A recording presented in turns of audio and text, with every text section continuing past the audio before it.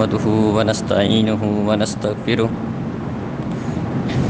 ونعوذ بالله من شرور أنفسنا وسيئات أعمالنا من يهده الله فلا مضل له ومن يضلل فلا هادي له وأشهد أن لا إله إلا الله وحده لا شريك له وأشهد أن محمدًا عبده ورسوله أعوذ بالله من الشيطان الرجيم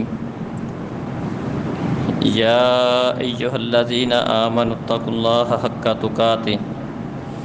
ولا تموتن إلا وأنتم مسلمون يا أيها الناس اتقوا ربكم الذي خلقكم من نفس واحدة وخلق منها زوجها وبث منهما رجالا كثيرا ونساء واتقوا الله الذي تساءلون به والأرحام إن الله كان عليكم رقيبا يا أيها الذين آمنوا اتقوا الله وقولوا قولا سديدا يصلح لكم أعمالكم ويغفر لكم ذنوبكم ومن يطع الله ورسوله فقد فاز فوزا عظيما أما بعد فإن خير الحديث كتاب الله وخير الهدي هدي محمد صلى الله عليه وسلم وشر الأمور محدثاتها وكل محدثة بدعة وكل بدعة ضلالة وكل ضلالة في النار قد أفلح المؤمنون الذين هم في صلاتهم خاشعون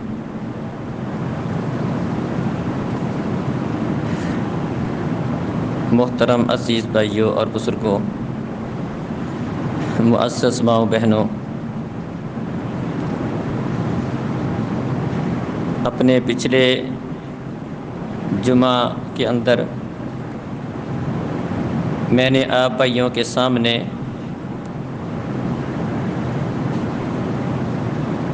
نماز میں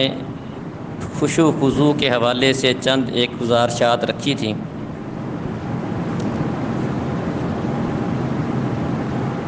کہ جس طرح نماز پڑھنا ضروری ہے، اسی طرح نماز کو پورے اہتمام کے ساتھ، توجہ کے ساتھ، دھیان کے ساتھ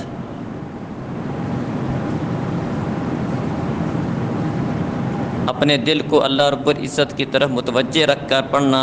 یہ بھی ضروری ہے۔ اللہ رب العزت نے ان مومنوں کی کامیابی کا تذکرہ کیا ہے جو اپنی نمازوں کے اندر خشوع و خضوع کا اہتمام کرتے ہیں۔ اور اگر کوئی بندہ نماز توجہ کے ساتھ نہیں پڑھتا، دھیان کے ساتھ نہیں پڑھتا،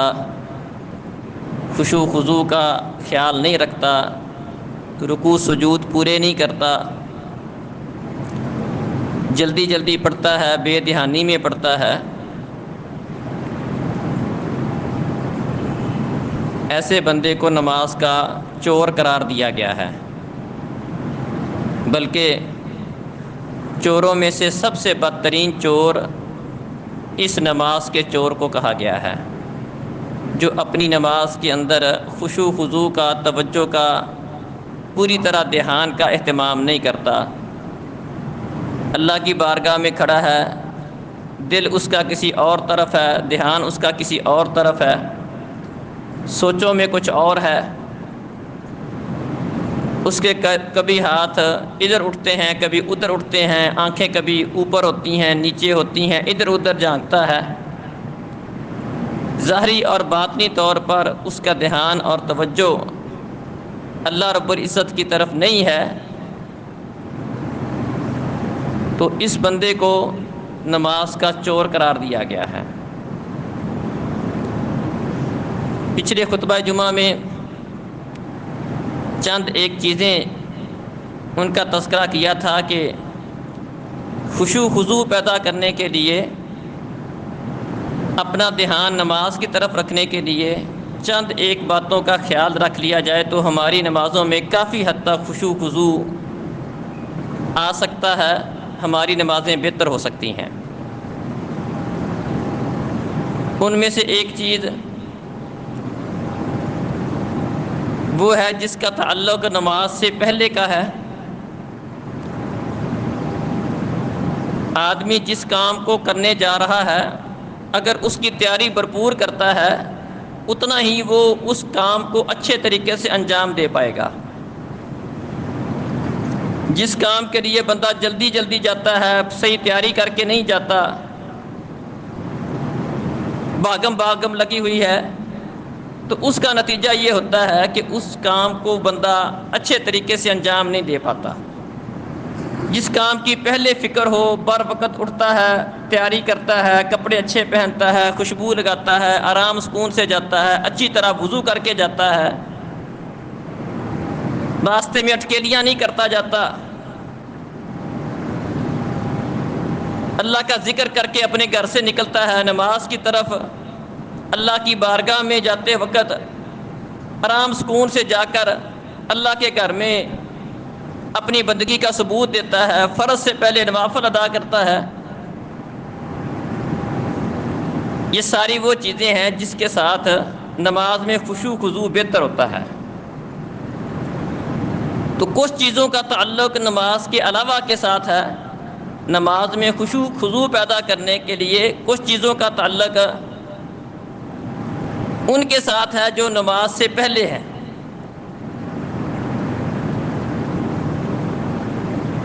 سترہ آگے نہ ہو توجہ خراب ہوتی ہے، کوئی آگے سے گزر جائے دھیان خراب ہو جاتا ہے۔ حکم دیا کہ جب آپ نماز پڑھو تو اپنے سامنے ایک سترہ رکھ لو، کوئی لکڑی کی چیز رکھ لو، کسی ستون کے پیچھے کھڑے ہو جاؤ، کسی دیوار کے سامنے کھڑے ہو جاؤ اور اس کے قریب ہو کر کھڑے ہو، آپ کی نماز کو کوئی چیز خراب نہ کرے۔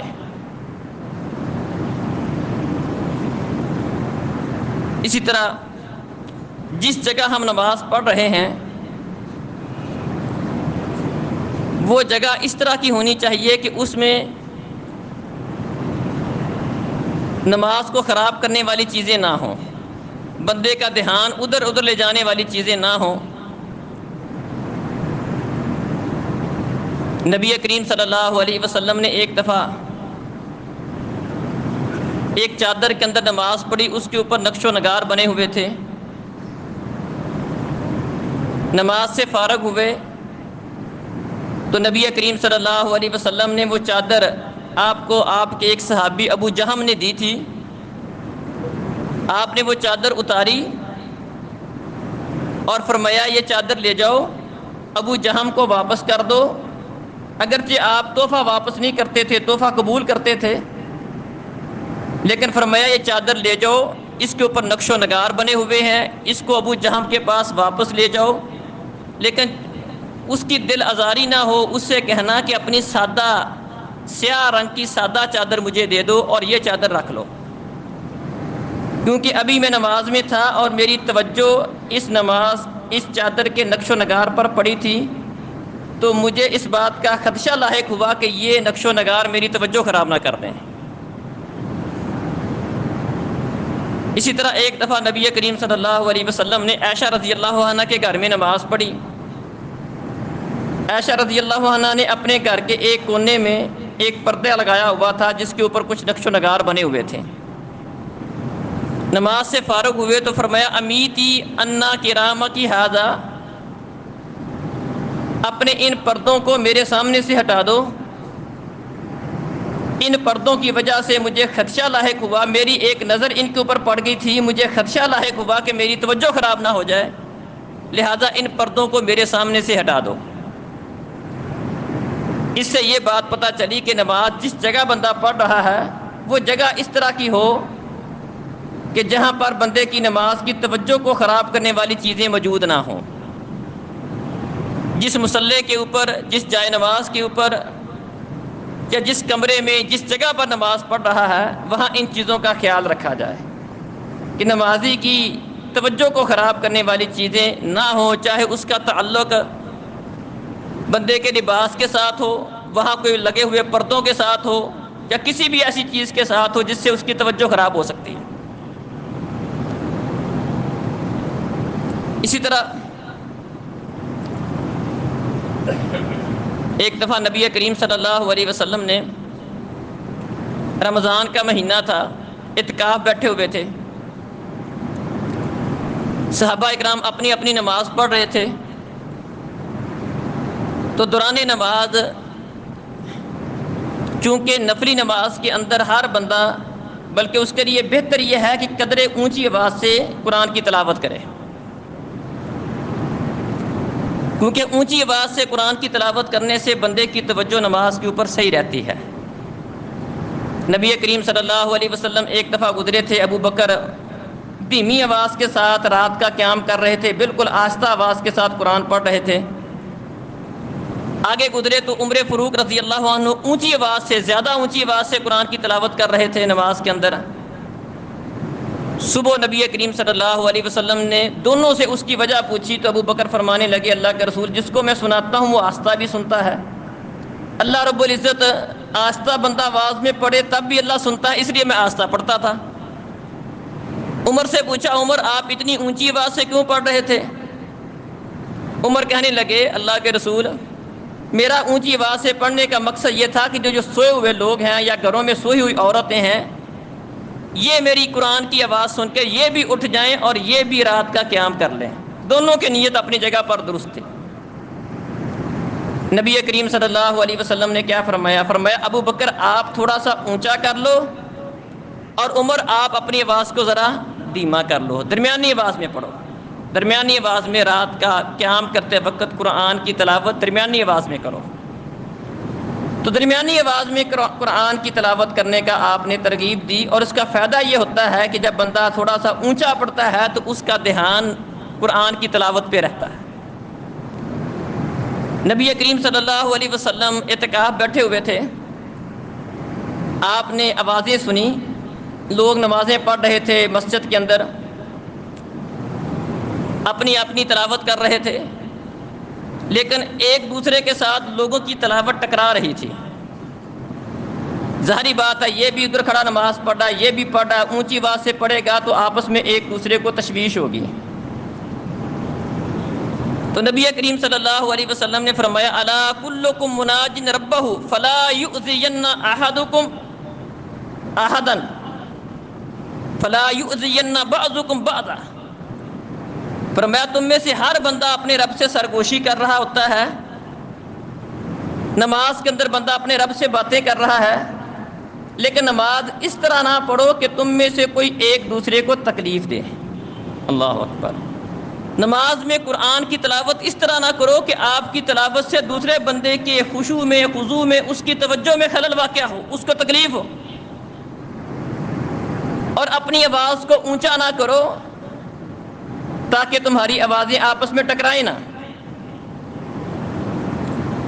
تو اس حدیث سے پتہ چلا کہ نماز کے اندر اس بات کا خیال رکھنا ضروری ہے کہ جس جگہ بندہ نماز پڑھ رہا ہے وہ ایسی جگہ ہونی چاہیے جہاں پر بندے کی توجہ خراب نہ ہو، اور نماز پڑھتے وقت اس بات کا خیال رکھنا ضروری ہے کہ میری نماز کی وجہ سے کسی دوسرے کی نماز خراب نہ ہو، اس کا خشوع خضوع خراب نہ ہو، اس کی توجہ خراب نہ ہو۔ بعض لوگ جماعت کے ساتھ نماز پڑھتے ہیں تو کئی لوگوں کو یہ مسئلہ ہوتا ہے، ان کی عادت ہوتی ہے، کوئی مجبوری ہوتی ہے، وہ اذکار اونچی آواز سے کرنے لگ جاتے ہیں، یا دعائیں اونچی آواز سے پڑھنے لگ جاتے ہیں، یا سورۃ الفاتحہ اونچی آواز سے پڑھیں گے، جس سے ساتھ والے نمازی کو پریشانی ہوتی ہے۔ تو اس طرح کا طریقہ اختیار کرنا جس سے بندے کی اپنی نماز خراب ہو وہ بھی درست نہیں ہے، اور اس بات کا خیال رکھنا بھی ضروری ہے کہ دوسرے کی نماز بھی میرے عمل کی وجہ سے خراب نہ ہو۔ ہاں اکیلا ہے بندہ، تنہائی میں ہے، پھر بہت اونچا بھی نہ کرے، بہت آہستہ بھی نہ کرے، درمیانی آواز میں قرآن کی تلاوت نفلی نمازوں میں کرنی چاہیے، قدر اونچی آواز سے قرآن پڑھنا چاہیے۔ لیکن اگر آوازوں میں ٹکراؤ پیدا ہو رہا ہے، مسجد کے اندر ہیں یا زیادہ لوگ گھر میں نماز پڑھ رہے ہیں اور آپس میں ٹکراؤ والی شکل بن رہی ہے، ایک دوسرے کو پریشانی ہو رہی ہے، پھر اس پریشانی سے بچنا چاہیے اور دھیمی آواز کے ساتھ قرآن کی تلاوت کرنی چاہیے۔ اسی طرح بعض لوگ مسجد میں آتے ہیں، اگرچہ اس میں کوئی شک نہیں، ابو داود کے اندر حدیث ہے، ابن عمر رضی اللہ عنہما نے بلال رضی اللہ عنہ سے پوچھا کہ جب نبی کریم صلی اللہ علیہ وسلم کو نماز میں سلام کہا جاتا تھا تو آپ سلام کا جواب کیسے دیتے تھے؟ اچھا، یہاں پر بعض لوگوں نے اپنے ہی اصول بنائے ہوئے ہیں۔ ان کا کہنا ہے جی اگر کوئی وضو کر رہا ہو تو وضو کرتے ہوئے کو سلام نہیں کہنا چاہیے، کھانا کھانے والے بندے کو سلام نہیں کہنا چاہیے، نمازی کو سلام نہیں کہنا چاہیے۔ یہ خام خواہ کی بات ہے، ایسا کوئی مسئلہ نہیں ہے، وضو کرنے والے بندے کو بھی سلام کہہ سکتا ہے۔ یہ کوئی بعد میں دیواروں پہ لکھا ہوا وضو خاموشی سے کریں، بلا وجہ بولنا تو وضو کے علاوہ بھی جائز نہیں ہے، لیکن وضو کے لیے کوئی خاص حکم ہو کہ وضو کرتے وقت بات کرنا منع ہے، ایسی کوئی حدیث نہیں ہے۔ ضروری بات ہے تو کر سکتا ہے، غیر ضروری باتیں تو ویسے ہی بندے کو خام خواہ نہیں بولنی چاہیے،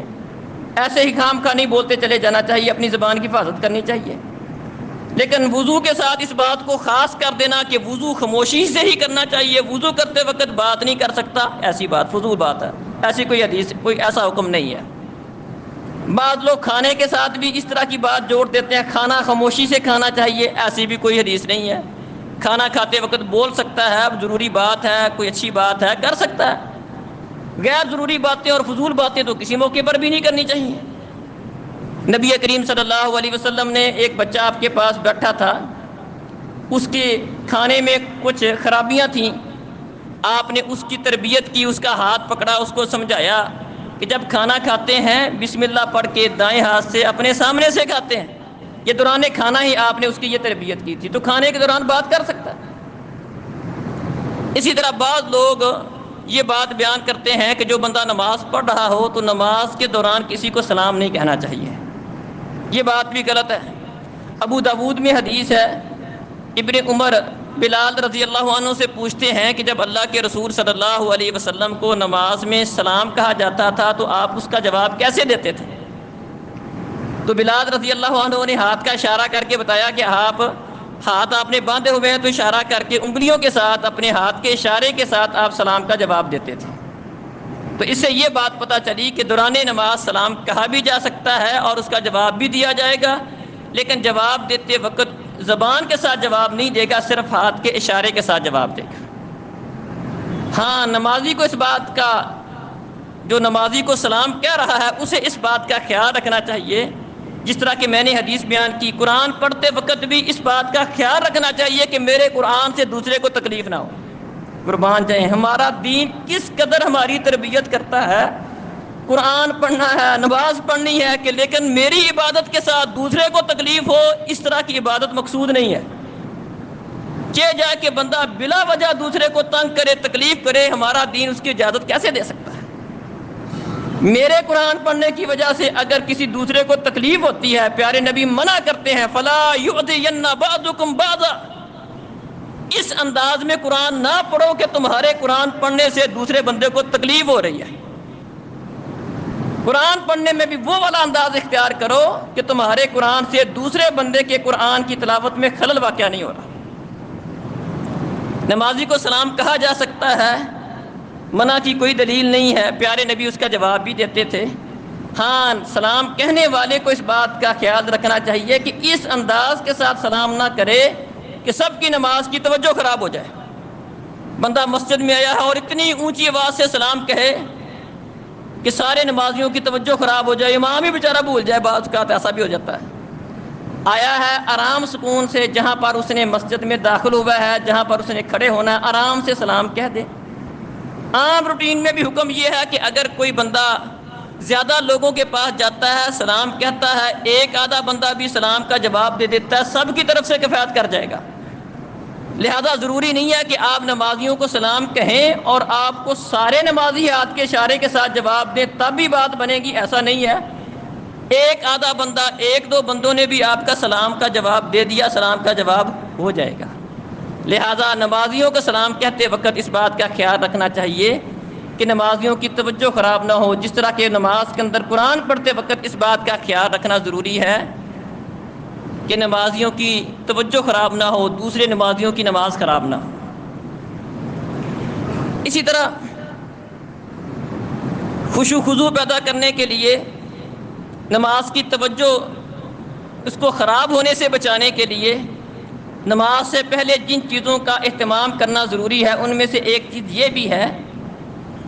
کہ وہ چیزیں جو نماز میں بندے کی توجہ خراب کر سکتی ہیں اور ضروری ہیں، کرنا ان کا ضروری ہے، لیکن اگر اہتمام نہ کیا جائے توجہ خراب ہو جائے گی، ان کا پہلے بندوبست کر کے آئے۔ پیارے نبی فرماتے ہیں لا صلاۃ بحضرۃ الطعام ولا هو يدافعه الاخبثان۔ فرمایا کہ اگر کسی بندے کو بھوک لگی ہوئی ہے، کھانا دسترخوان پہ لگا ہوا ہے، کھانا بھی موجود ہے، بھوک اس کو لگی ہوئی ہے، اگر بھوک نہیں ہے تو پھر تو ہونا نہ ہونا کوئی مسئلہ نہیں ہے، پھر تو مسئلہ نہیں، کھانا لگا بھی ہو تو کوئی مسئلہ نہیں۔ بھوک ہے، کھانا کھانا ہے، کھانا تیار ہے، لگا ہوا ہے، اوپر نماز کا وقت ہو گیا ہے، قربان جائیں خشوع خضوع کی اہمیت دیکھیں کتنی ہے۔ نماز اللہ چاہتے ہیں بندہ پڑھے تو پوری توجہ کے ساتھ پڑھے۔ فرمایا کھانا موجود ہو، بھوک لگی ہوئی ہے، نماز ہو رہی ہے، جماعت کھڑی ہو گئی ہے، آپ کو بھوک تنگ کر رہی ہے، فرمایا پہلے کھانا کھا لو پھر اٹھ کے نماز پڑھ لو، تاکہ آپ نماز وہ والی پڑھیں جو اللہ کو مقصود ہے۔ یہ نہ ہو کہ آپ نماز میں کھڑے ہو اور توجہ اور دھیان آپ کا کھانے کی طرف ہو، جلدی سے سلام پھیروں اور کھانے کے لیے چلا جاؤں، کھانے کی خوشبو آپ کو تنگ کر رہی ہو، کھانے کی طرف آپ کا دھیان ہو۔ نہیں، اللہ چاہتے ہیں کہ بندہ جب میری بارگاہ میں کھڑا ہو تو پھر میرے سامنے کھڑا ہو، بس اس کی توجہ اس کا دھیان میری طرف ہی ہو۔ اسی طرح فرمایا کہ اگر کسی کو پیشاب پخانا تنگ کر رہا ہے، نماز کھڑی ہو گئی ہے، رکھتے جا رہی ہیں، کسی کو پیشاب آیا ہوا ہے، اب اس غرض سے کہ یار میری رکعت گزر جائے گی، چلو پہلے میں جا کر نماز پڑھ لوں بعد میں پیشاب کر لوں گا، نہیں، شریعت کہتی ہے نہیں۔ اگر کوئی اس طرح نماز پڑھے گا کہ پیشاب پخانہ اس کو دھکیل رہا ہے، تنگ کر رہا ہے کہ جلدی پڑھو جاؤ، فرمایا ایسی حالت میں نماز نہیں ہوتی، ایسی حالت میں نماز نہیں ہوگی جب بندے کی حالت اور کیفیت یہ ہو کہ دھیان اس کا اس بات کی طرف ہو، توجہ اس بات کی طرف ہو، اور اس وجہ سے جلدی جلدی نماز پڑھ رہا ہو کہ میں نے پیشاب کرنے جانا ہے، ایسی حالت میں نماز نہیں ہوتی۔ اسی طرح ایک حدیث میں یہ بھی ہے اذا نعس احدکم فلینصرف فلینم۔ ایک بندہ نماز پڑھنے کے لیے کھڑا ہے، بالخصوص یہ رات کی نماز میں ایسا ہوتا ہے، فرضی نماز میں اس کی نوبت نہیں آتی۔ ہاں اگر کسی بندے کا فرضی نماز میں بھی ایسا مسئلہ بن جائے، راستہ نہ نکالے کہ حدیث میں آ گیا ہے، یہ مطلب نہیں ہے۔ بعض اوقات کسی بندے کی یہ حالت اور کیفیت ہو سکتی ہے، کوئی بندہ ساری رات کا سفر کیا ہے، نماز پڑھنے کے لیے کھڑا ہے اور اس کو سمجھ ہی نہیں آ رہی، نیند کا اتنا غلبہ ہے کہ سمجھ ہی نہیں آ رہی میں کیا پڑھ رہا ہوں۔ یا ایک بندہ رات کا قیام کر رہا ہے، اب اس نے قرآن کی تلاوت کرنی ہے، قیام کرنا ہے، لیکن نیند کا اس کے اوپر غلبہ ہو رہا ہے، ایسی حالت میں حکم کیا ہے؟ فرمایا اذا نعس احدکم، اگر کسی بندے کو نیند میں بہت زیادہ اونگ آتی ہے، نیند آتی ہے اور اس کی توجہ نماز کی طرف ہو پا نہیں رہی، اس کو پتہ نہیں چل رہا کہ وہ کیا پڑھ رہا ہے، فرمایا کہ وہ بندہ نماز چھوڑ دے، جا کے پہلے سو جائے، پھر آ کر نماز پڑھے، تاکہ نماز اس طرح کی پڑھے کہ کم از کم بندے کو پتا میں کیا پڑھ رہا ہوں۔ اس حدیث سے یہ بھی پتا چلا کہ نماز کے اندر کم از کم نماز اس طرح کی ہونا ضروری ہے کہ بندے کو پتا ہو کہ کیا پڑھ رہا ہوں۔ یہاں پر نماز چھوڑنے کا حکم اس لیے دیا کہ ہو سکتا ہے کہ وہ اپنی طرف سے کوئی لفظ کہہ رہا ہو اور ادا کچھ اور ہو رہا ہو، اپنی طرف سے اللہ تعالیٰ سے استغفار کر رہا ہو لیکن اپنے لیے کوئی گالی دے رہا ہو، بری بات کر رہا ہو، اللہ اکبر، اللہم اغفر لی کہہ رہا ہو تو لیکن بول اللہم اغفر لی کہہ رہا ہو، بالکل معنی الٹ ہو جائے گا۔ تو فرمایا کہ اگر کسی کو نیند اس طرح کی آ رہی ہو کہ اس کو پتہ نہیں چل رہا کہ کیا پڑھ رہا ہوں، فرمایا اپنی نماز چھوڑ دے، جا کے سو جائے، جب اس کی حالت کیفیت بہتر ہو جائے اس وقت نماز پڑھے۔ تو میں نے عرض کیا کہ یہ عام طور پر یہ حالت اور کیفیت رات کی نماز میں ہوتی ہے، تہجد کی نماز میں ایسا ہوتا ہے۔ ایک دفعہ نبی کریم صلی اللہ علیہ وسلم نے ایک رسی مسجد کے پیچھے ایک جگہ پر ایک ستون سے دوسرے ستون کے ساتھ بندھی ہوئی دیکھی۔ پوچھا گیا یہ رسی کیسی ہے؟ فرمایا گیا کہ اللہ کے رسول فلاں صحابیہ ہے، نماز پڑھتی ہے تو نماز لمبی پڑتی ہے، جب اس کو نیند تنگ کرتی ہے تو اس رسی کا سہارا لے لیتی ہے۔ پیارے نبی صلی اللہ علیہ وسلم نے اس رسی کو کھولنے کا حکم دیا، فرمایا اس رسی کو کھول دو، اور تم میں سے جب بھی کوئی نماز پڑھے اتنی دیر تک رات کا قیام کرے جب تک اس کو پتہ ہو،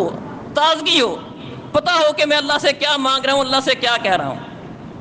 جب یہ والی حالت اور کیفیت ہو جائے کہ نیند کا بہت زیادہ غلبہ ہو تو پھر اس طرح تکلف کرنے کی ضرورت نہیں ہے، رسیوں کا سہارا لینے کی ضرورت نہیں ہے، چھوڑ دے اور جا کر سو جائے۔ تو اس سے آپ اندازہ کر سکتے ہیں کہ نماز کے اندر خشوع خضوع کی کتنی اہمیت ہے، کہ ایک طرف نماز کی ترغیب ہے اور نماز کتنا اہم چیز ہے، لیکن نماز کس طرح کی پڑھنا مقصود ہے، جس میں توجہ دھیان پورے کا پورا اللہ رب العزت کی طرف ہو۔ اگر کوئی ایسی چیز درمیان میں آ رہی ہے جس سے نماز میں خلل واقع ہو رہا ہے، توجہ میں خلل واقع ہو رہا ہے، شریعت اسلامیہ کا حکم یہ ہے کہ پہلے اس کو حل کرے پھر نماز پڑھ لے، تاکہ نماز وہ والی ہو جو پورے دھیان کے ساتھ اور توجہ کے ساتھ پڑھی جائے۔ تو یہ کچھ چیزیں وہ ہیں جن کا نماز سے پہلے کا تعلق ہے کہ جب بندہ نماز کے لیے آئے تو یہ والے معاملات اس طرح کے ہونے چاہیے کہ بندے کی نماز خراب نہ ہو۔ پھر جب بندہ نماز میں کھڑا ہو، چند ایک باتیں وہ ہیں جن کا اہتمام کرنا ضروری ہے کہ آدمی نماز میں کھڑا ہے تو اسے چند ایک چیزیں ایسی ہیں ان کا اہتمام کرے گا تو اس کے ساتھ اس کی نماز بہتر ہو جائے گی۔ وقت کم ہے، انشاءاللہ اگلے جمعے ان چیزوں کا میں تذکرہ کروں گا کہ دوران نماز ان کا خیال رکھنے سے ہماری توجہ بہتر ہو جائے گی، نماز کے اندر ہمارا دھیان اچھا ہو جائے گا اور ہماری نماز وہ والی نماز بن جائے گی جو ہمارے رب کو مقصود ہے، جو اللہ تعالی ہم سے چاہتے ہیں، اور جس کے متعلق اللہ تعالیٰ فرماتے ہیں قد افلح المؤمنون الذین هم فی صلاتهم خاشعون، کہ وہ نمازی کامیاب ہیں جو پوری توجہ کے ساتھ، دھیان کے ساتھ، خشوع خضوع کے ساتھ اپنی نمازیں ادا کرتے ہیں۔ اللہ تعالیٰ ہمیں ایسی نمازیں ادا کرنے کی توفیق عطا فرمائے جو اللہ کی بارگاہ میں قبول ہوں، جن کی بدولت ہمیں دنیا اور آخرت کے فوائد حاصل ہوں، اور اللہ تعالیٰ ہمیں ایسی نمازوں سے بچا کے رکھے جن نمازوں کی وجہ سے اللہ کی رضا اور خوشنودی حاصل ہونے کی بجائے اللہ کی ناراضگی حاصل ہوتی ہے، اور وہ نماز بندے کے منہ پر دے ماری جاتی ہے کہ اللہ کو ایسی حاضری اپنی بارگاہ میں قبول نہیں ہے جس حاضری کے اندر بندے کا دھیان کسی اور طرف ہو، باتیں اللہ سے کر رہا ہو، بارگاہ اللہ کی ہو اور خیالات اس کے ادھر ادھر ہوں، توجہ ادھر ادھر ہو، دھیان اس کا ادھر ادھر ہو، پتہ ہی نہ ہو کہ میں کیا پڑھ رہا ہوں، کیا مانگ رہا ہوں، کیا سوال کر رہا ہوں، کس چیز سے پناہ مانگ رہا ہوں۔ اللہ کو ایسی حاضری اپنی بارگاہ میں قبول نہیں ہے۔ اللہ سمجھنے اور عمل کی توفیق عطا فرمائے۔